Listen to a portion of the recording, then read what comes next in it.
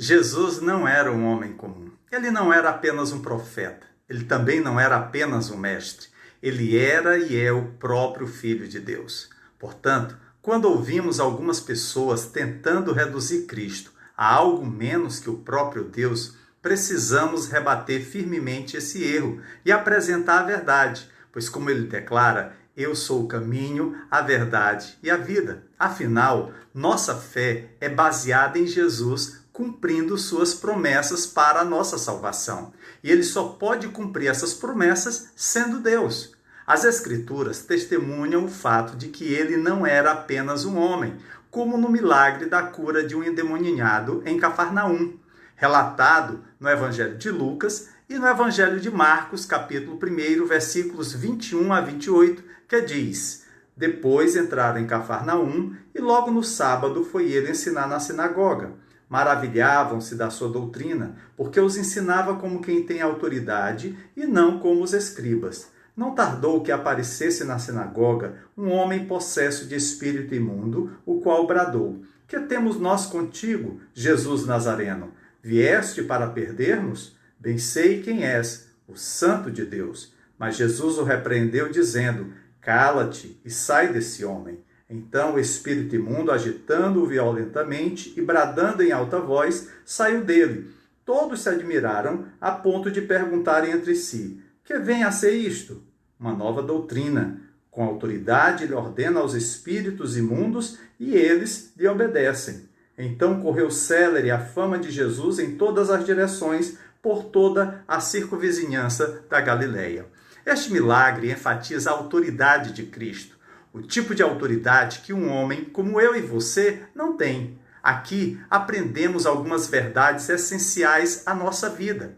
Primeira, observe que quando Jesus ensinou, ele não ensinou como todos os outros, porque os ensinava como tendo autoridade. Seu ensino foi incrível, porque ele não apenas examinou as Escrituras e deu uma interpretação que pudesse ser discutida pelos religiosos e pelo povo.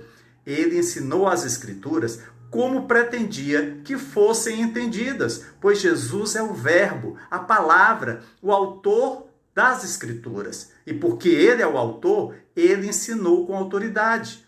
Aqueles que tiveram o privilégio de ouvi-lo ensinar perceberam que eram testemunhas de algo especial. Pense nisso. Deus mesmo ensinando a você o que escreveu foi o que eles receberam. Mas nós também temos esse benefício. Temos o Espírito Santo como nosso professor e guia, e ele nos ensinará. Pois, como Jesus disse, o Espírito da verdade vos guiará a toda a verdade, porque não falará por si mesmo, mas dirá tudo o que tiver ouvido e nos anunciará as coisas que hão de vir. Portanto, embora não possamos estar na presença física de Deus como aqueles homens, ainda temos Deus como nosso tutor pessoal. E aqui temos um desafio. Como discípulos, precisamos estar prontos e dispostos a aprender com Jesus, através de sua palavra e com a ajuda do Espírito Santo. Segunda verdade, observe que o demônio sabia exatamente quem era Jesus. Bem sei quem és, o Santo de Deus. A fé é mais do que acreditar que Jesus é quem ele disse que era. Fé é agir de acordo com essa crença. Embora as ações não nos salvem, o apóstolo Tiago afirma que se dizemos que temos fé, mas não apresentamos sinal dessa fé em nossas vidas, não estamos dizendo a verdade.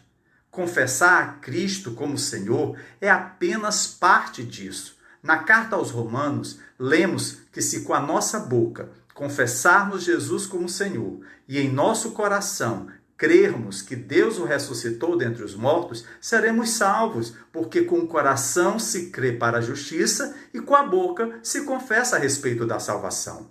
Crer com o coração significa que começaremos a mudar, que vamos estar atentos às coisas com as quais Jesus se importa, que vamos passar a agir como ele age e nos renderemos à sua autoridade e faremos a vontade dele.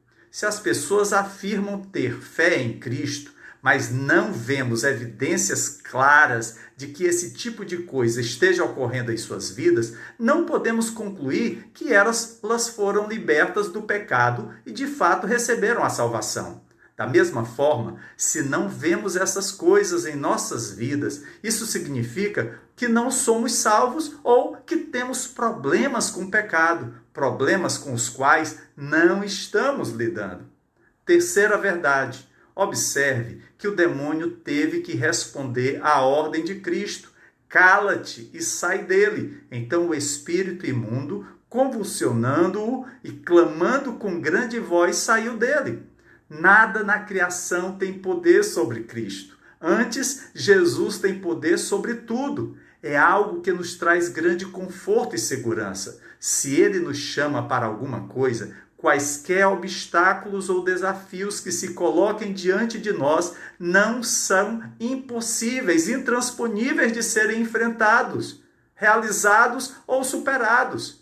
Embora possamos não ser capazes de realizá-los ou superá-los sozinhos, podemos fazê-lo com a ajuda de Jesus. Jesus não nos chama para algo que não podemos realizar, mas Ele nos chama para coisas que exigem o exercício da nossa fé. Amados, servimos ao Salvador, que nos amou de tal maneira que morreu na cruz em nosso lugar. Mas Ele não é qualquer Salvador, Ele é o próprio Deus e tudo está sob a sua autoridade. É por isso que podemos ser encorajados a crer em sua presença constante. Não andamos sozinhos nesta vida, Ele caminha conosco e enquanto Ele caminha conosco, mudaremos. Nós nos tornaremos mais parecidos com Ele. Começaremos lentamente, mas certamente pareceremos com o nosso Salvador. Nada pode resistir a Ele. Ele é todo-poderoso. Assim, o que quer que os outros considerem uma tarefa ou missão impossível, podemos saber que não é. Pelo menos, não para nós e Jesus juntos. E se mantivermos isso em mente e no coração, não há razão para não vivermos plenamente a nossa fé. Creia em nome de Jesus. Amém.